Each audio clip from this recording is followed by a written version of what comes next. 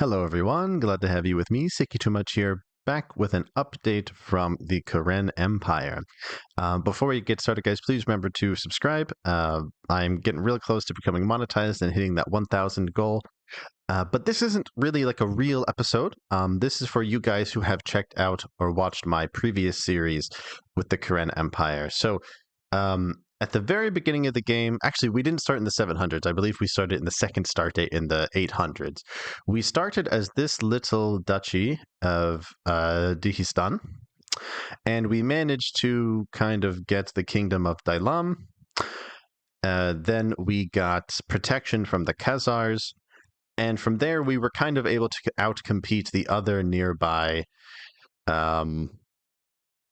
kingdoms, Muslim kingdoms, until, you know how it went. I just wanted to give you guys a little bit of an update of how it's going.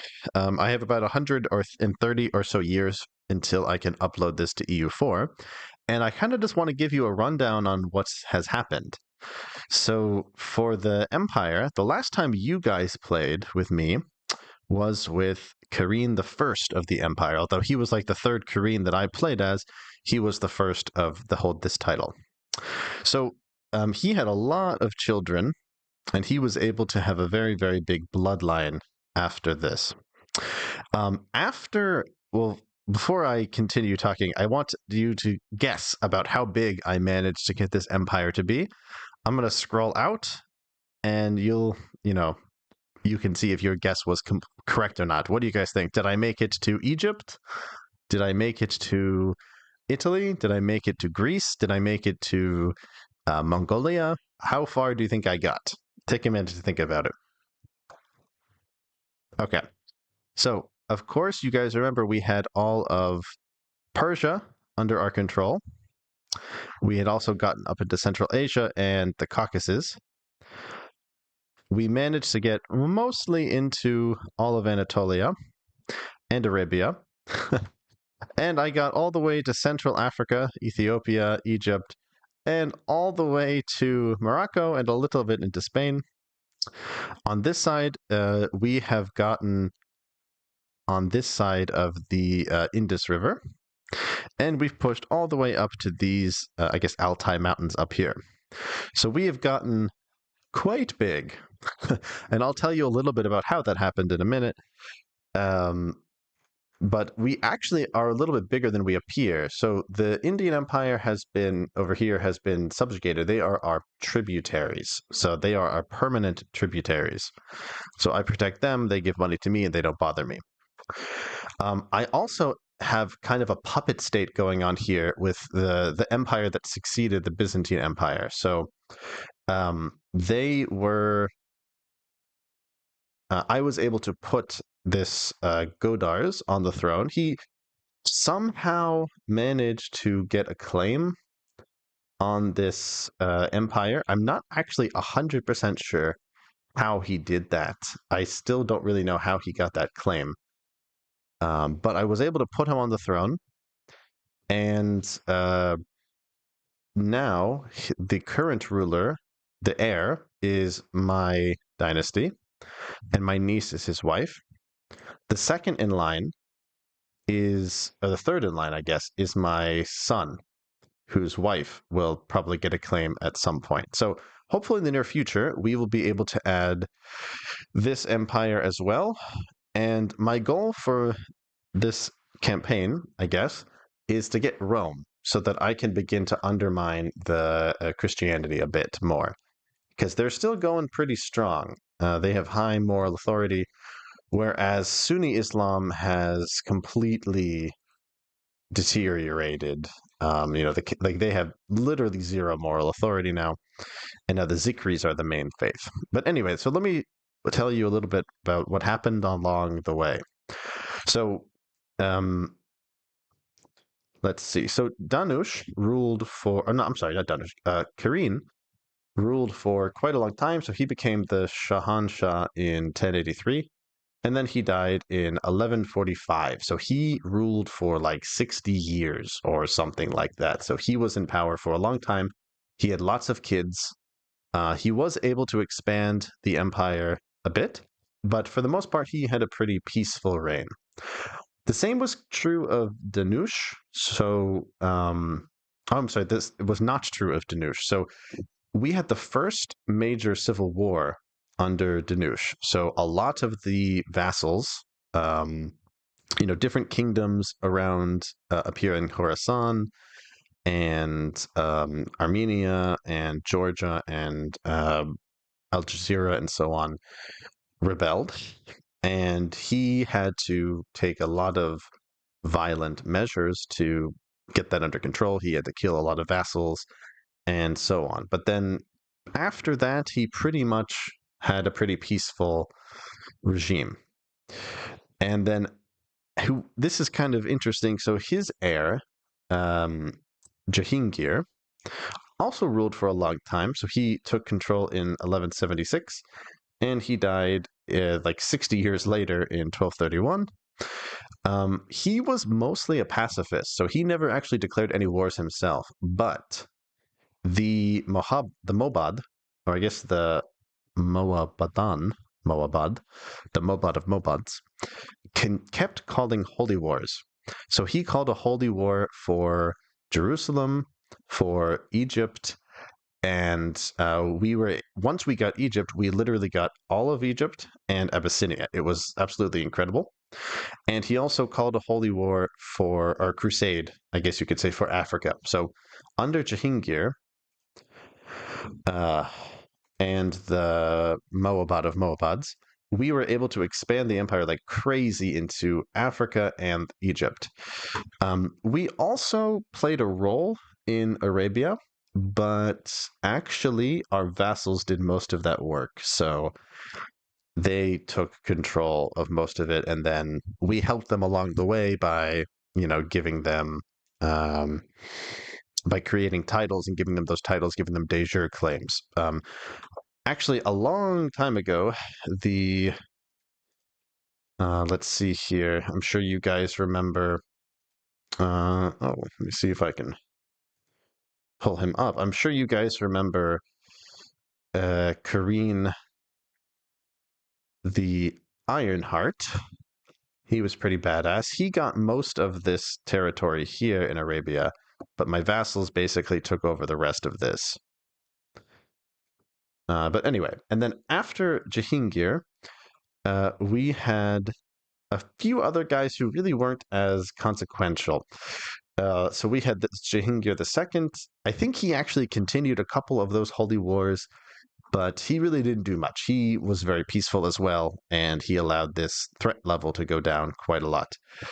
Um, I'll have to actually go back in the book to double check what he did. I read it a little bit before I started this video, but he did a couple of holy wars and he just kind of kept things together. So he ruled for only about 20 years. So not super long, but a decent amount of time. And then we had I don't really know how to say this, Kehobad, and you'll notice he's 18. So he died 2 years after he took control. And it was actually funny how he died because, he actually was helping some of these. Oh, I guess their religions changed quite a bit now. But out here in Estonia and Finland, a lot of these local guys were converting to Zoroastrianism. Actually, I didn't notice that the Teutonic Knights had taken over so much. Yeah, so you'll see the Slavensky family converted to Islam. Actually, that's what Jahangir II was mostly involved with. Yeah, he converted a lot of these guys here, and he would occasionally actually send troops to help them against the Teutons, but wasn't very successful in the long run, I guess. And then one of the women that they captured out here was like this Polish girl, and he had taken her as a concubine. Uh, and well, basically, she was trying to assassinate me when I was playing as him, and he tried to intimidate her in one of the great works that we have, which I'll talk about in a second. But there's this one great work. I actually don't know exactly where it is. Let me double check. What is it? I need to have some kind of great work to do this. I don't remember exactly, but there's I think it's one of these maybe one of the palaces or the gardens. If you have them, or maybe it was a fortress, I don't remember. But if you have one of these, you can intimidate people. And when he tried to do that, he was killed by this Polish woman in combat. And it was really shocking. And it was actually kind of dangerous because there had been a couple of other civil wars between then.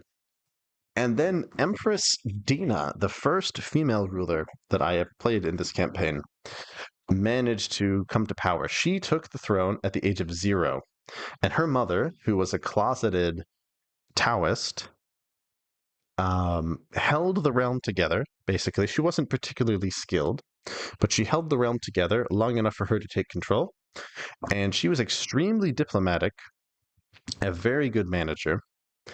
And she was a really fun leader to play as. And she managed to get um, the status of women all the way over to full, and also improve the centralization a bit.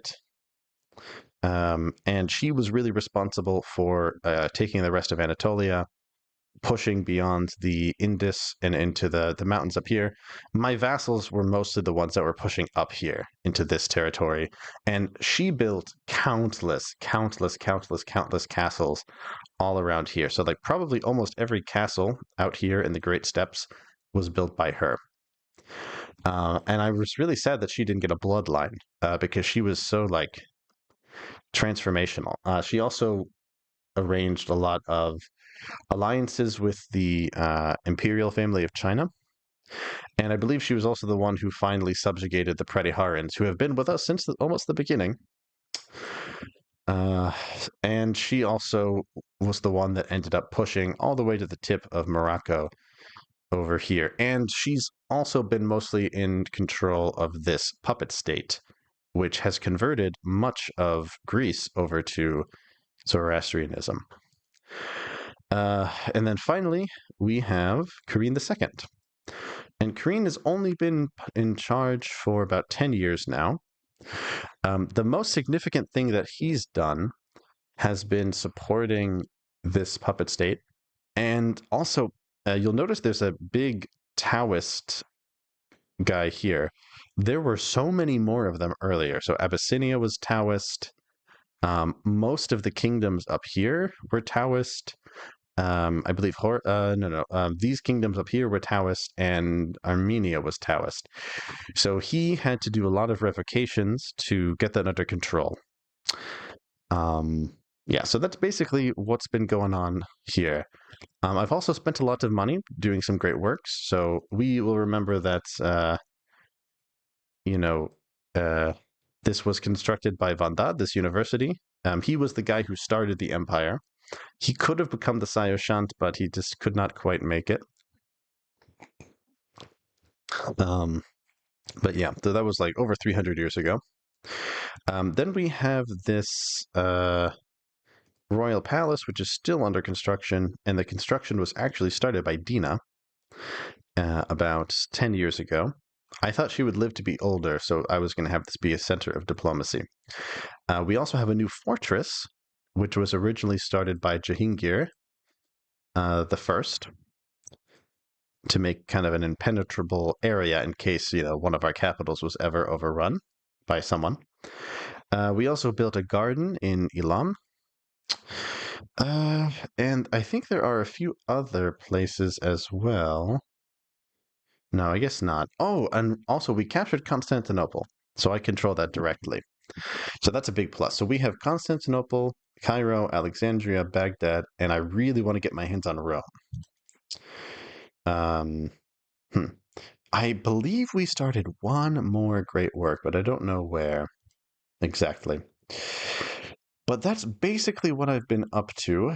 And in our realm, we have taken the following kingdoms. So we have Abyssinia, Canaan, Africa, Egypt, Arabia, Yemen, Jerusalem, Anatolia, Trebizond, Armenia, Syria, Al Jazeera, Iraq, Persia, of course, Cyprus, which has kind of gotten this territory. this family's had control over here for a while. Sistan, Sindh, we don't yet have Punjab. Kashmir, Guj, I guess a funny name, Guj, Zetsu, Oghuz, Khazaria, Alania. Probably we can get Crimea now. Oh, no, no, no. Yeah, you guys might get to see this live on camera. No, no, no, no, not quite. Georgia, Alania, and yeah, I guess that's about it. So quite a lot. And I've also actually got the Empire of Arabia as well. And once our family takes control of Sozopolis, we will also have this. But to be honest, I might just delete it and reconstitute the Byzantine Empire. But we'll see, because that requires a lot of territory. But once I get that, I'll have almost everything. Um, but yeah, I kind of just, I wanted to give you guys an update. If you haven't watched this series yet, I started it a long time ago, so it's not as good. And my computer was much worse, so it's a little bit slower. But if you watch it on a faster speed, I think you'll really enjoy it. It was a really fun playthrough. It's the most fun campaign I've played on camera and off camera. So I would highly recommend it. It was like really crazy overcoming the Abbasid Empire and the Byzantine Empire. I mean, we were stuck between all these empires: the Praetorians, the Abbasids, the Byzantines, and there were also tons of other, Muslim kingdoms up here that easily could have snuffed us out. And I was trying to prepare for the Mongols, but they haven't shown up yet. And we've managed to keep the Western Protectorate off our back through marriage. But to be honest, now we have so many men that it kind of doesn't matter. So I'm going to do one more update when I finish in about 130 years.